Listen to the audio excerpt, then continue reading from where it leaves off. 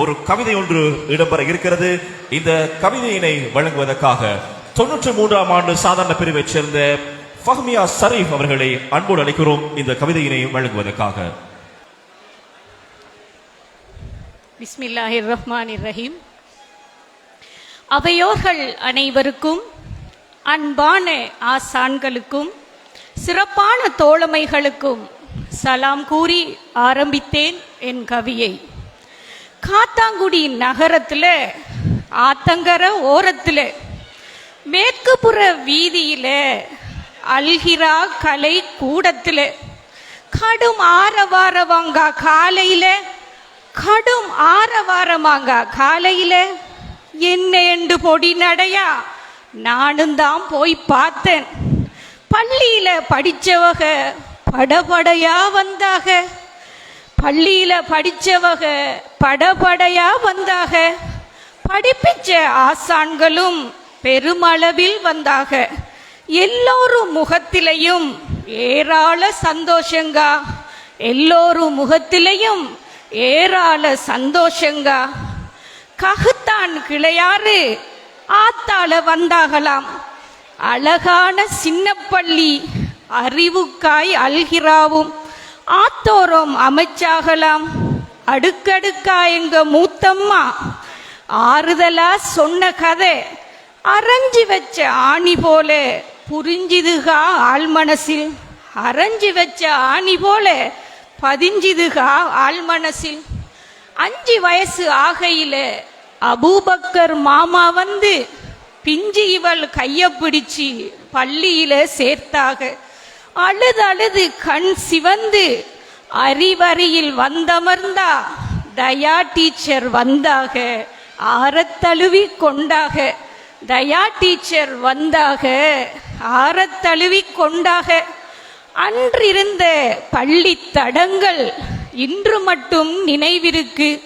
கண்மூடி உறங்கினாலும் கனவில் கூட இனிதாய் வருது.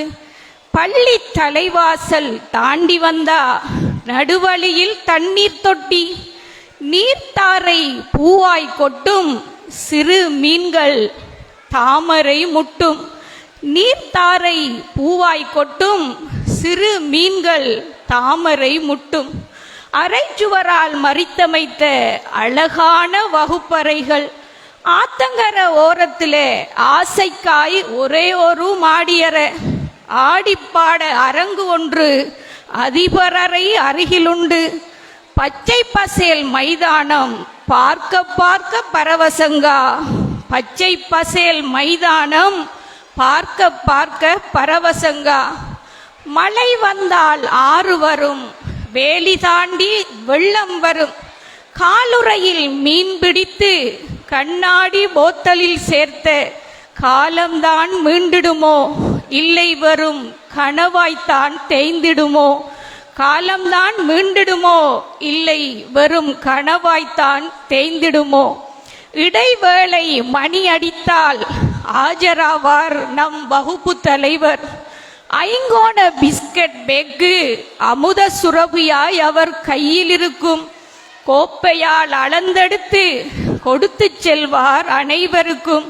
கோப்பையால் அளந்தெடுத்து கொடுத்து செல்வார் அனைவருக்கும். கூட்டாளி பிடிச்சிருந்தா ஒரு கோப்பை கூட வரும். கூட்டாளி பிடிச்சிருந்தா ஒரு கோப்பை கூட வரும். அதுபோல சுவையான பண்டம் ஒன்று இதுகாலம் நானும் தின்றதில்லை. அதுபோல சுவையான பண்டம் ஒன்று இதுகாலம் நானும் தின்றதில்லை. ஃபரீத் எம்பி வாராரென்று பகலிரவா பள்ளியில ஏற்பாடு. ஃபரீத் எம்பி வாராரென்று பகலிரவா பள்ளியில ஏற்பாடு. பொல்லடியால் வரவேற்க போட்டாக குழுவொண்டு. சீதேவி எங்கள் செயலத்து டீச்சர் சிறப்பாக எம்மை ஆடவும் வைத்தாக. சிறப்பாக எம்மை ஆடவும் வைத்தாக. மாறாத நினைவாக எங்கள் புகைப்படம் ஒன்றும் மண் சுவரில் தொங்கியது இன்னும் நினைவிருக்கு. இப்ப அது எங்கிருக்கோ யாருக்கு நினைவிருக்கோ? இப்ப அது எங்கிருக்கோ யாருக்கு நினைவிருக்கோ?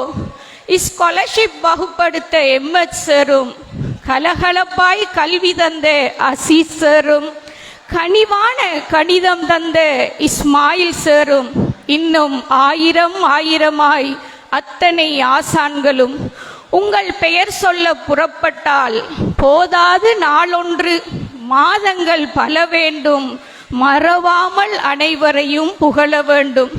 என்றாலும் இருகரங்கள் ஏந்தி நின்றேன் என் நிறைவா, எம் ஆசான்கள் அனைவருக்கும் ஈருலக வாழ்வினிலும் ஈடேற்றம் தந்தருள்வாய், ஈருலக வாழ்வினிலும் ஈடேற்றம் தந்தருள்வாய். ஓங்கி நிற்கும் அல்ஹிராவே, எமை ஏந்திய இரண்டாம் தாய் நீ, எப்போதும் நீ சிறக்க வேண்டும், எட்டாத உயரம் வளர வேண்டும்.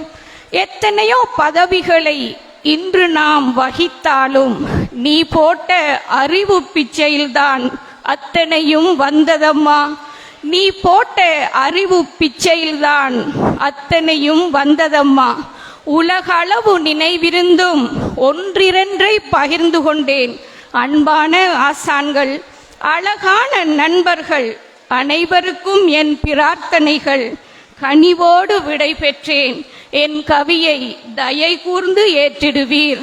கனிவோடு விடை பெற்றேன், என் கவியை தயை கூர்ந்து ஏற்றிடுவீர். நன்றி, வசலாம்.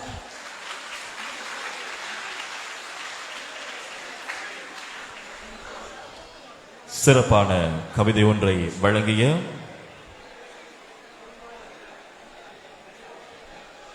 தொன்னூற்று மூன்றாம் ஆண்டு சாதாரண தர பிரிவைச் சேர்ந்த ஃபஹ்மியா ஷரீஃப் அவர்களுக்கு நாம் நன்றிகளை தெரிவித்துக் கொண்டு